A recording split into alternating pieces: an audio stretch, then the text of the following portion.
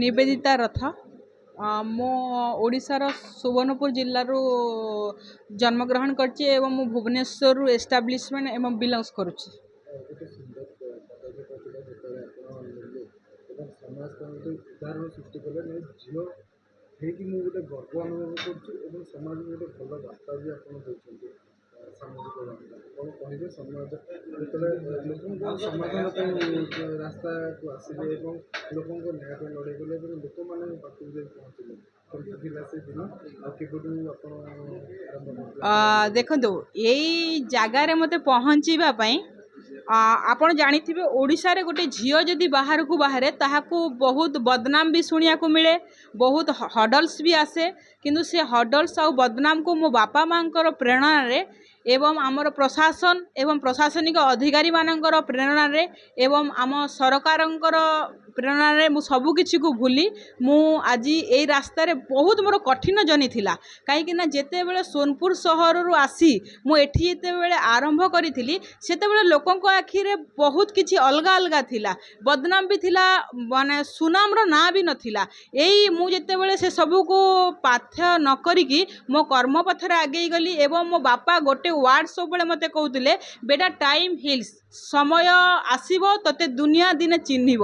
ତ ସେଇ ବାପାଙ୍କର ସେଇ ଟାଇମ୍ ହିଲ୍ସକୁ ନେଇ ମୁଁ ଆଜି ଶିଖରରେ ପହଞ୍ଚି ପାରିଛି। ବାପାଙ୍କର କଥା କହିଛି ଏବଂ ଆପଣଙ୍କୁ ଆଜି ଶହ ଶହ ଲୋକ ମଧ୍ୟ ଜାଣୁଛନ୍ତି, ସୁନ୍ଦର ଆୱାର୍ଡ଼ ମଧ୍ୟ ପାଇଛନ୍ତି, କ'ଣ କହିବେ? ଦେଖନ୍ତୁ କାଲି ବିଭିନ୍ନ ମହଲରୁ ରାଜ୍ୟ ଆନ୍ତର୍ଜାତିକ ସ୍ତରରୁ ମଧ୍ୟ ବାପାଙ୍କୁ ଫୋନ୍ ଆସିଥିଲା ଏବଂ ମାଆଙ୍କୁ ମଧ୍ୟ ଶୁଭେଚ୍ଛା ଜଣାଇଥିଲେ।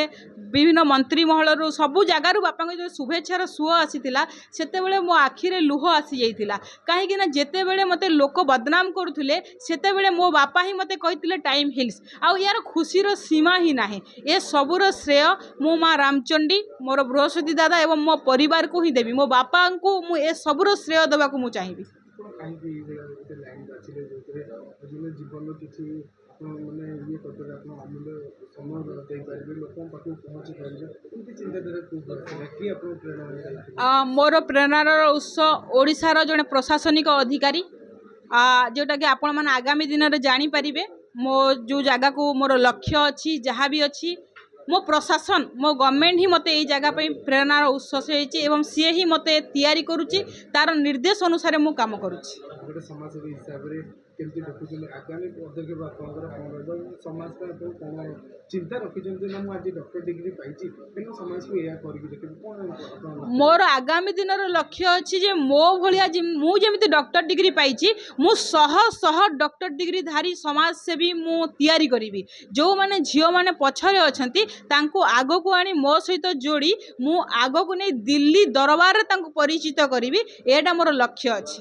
ଆମେ କହିପାରିବା ଝିଅମାନଙ୍କର ମାନେ ଆଉ ସେ ସମୟ ଆସିନି ଯେ ଚୁଲି ମୁଣ୍ଡକୁ ଯିବା ସେଇଟା ଜୀବନରେ କିଛି ନା କିଛି କରିକି ଦେଖେଇବା। ଝିଅ ଜନ୍ମ ପର କରିଲେ ଝିଅ ଜନ୍ମରେ ଉନ୍ନତି ଆଡ଼କୁ ଆମେ କହିପାରିବା। ନାଇଁ, ଝିଅ ଜନ୍ମ ପର ଘରକୁ ଏଇଟା ଭୁଲ, ଯେଉଁଟାକି ଡକ୍ଟର ନିବେଦିତା ରଥ ଉଦାହରଣ ସୃଷ୍ଟି କରିଛନ୍ତି 30 ବର୍ଷ ବୟସରେ। ଆମର କେବିକେ ଜିଲ୍ଲାରୁ ବାପା ମା ଦୁଇ ଜଣ ଶିକ୍ଷିତ, ଉଚ୍ଚ ଶିକ୍ଷିତ। ତ ମୁଁ ଏଠି ଆସି ଏଇଟା ଝିଅ ଜନ୍ମ ଦୁନିଆ ପାଇଁ ଝିଅ ଆମର ଦେଖନ୍ତୁ ମହାମହିମ ରାଷ୍ଟ୍ରପତି ବି ଆଜି ରାୟସିଂହାରେ ଅଛନ୍ତି, ଗୋଟେ ଅନୁନ୍ନତ ଜିଲ୍ଲାରୁ ଯାଇ। ଆମର ଯିଏ ବାଚସ୍ପତି ଅଛନ୍ତି ସିଏ ବି ଜଣେ ଝିଅ ଅଛନ୍ତି, ଆମର MP ଯିଏ ଅଛନ୍ତି ସିଏ ବି ବହୁତ ଗୁଡ଼େ ଝିଅମାନେ ଉଦାହରଣ ସୃଷ୍ଟି କରିସାରିଲେଣି। ତ ମୁଁ ଆହୁରି ଏକ ଉଦାହରଣ ସୃଷ୍ଟି କରିବି ଯେ ଆମେ ଦିଲ୍ଲୀ ଦରବାରରେ ଯାଇ ଅନୁନ୍ନତ ଜିଲ୍ଲାରୁ ଏଇଠାର ଶୋଭା ମନୋନୀତ ଓଡ଼ିଶାକୁ ନେଇ ଗୌରବାନ୍ୱିତ କରିବାକୁ ମୋର ଲକ୍ଷ୍ୟ ରହିବ।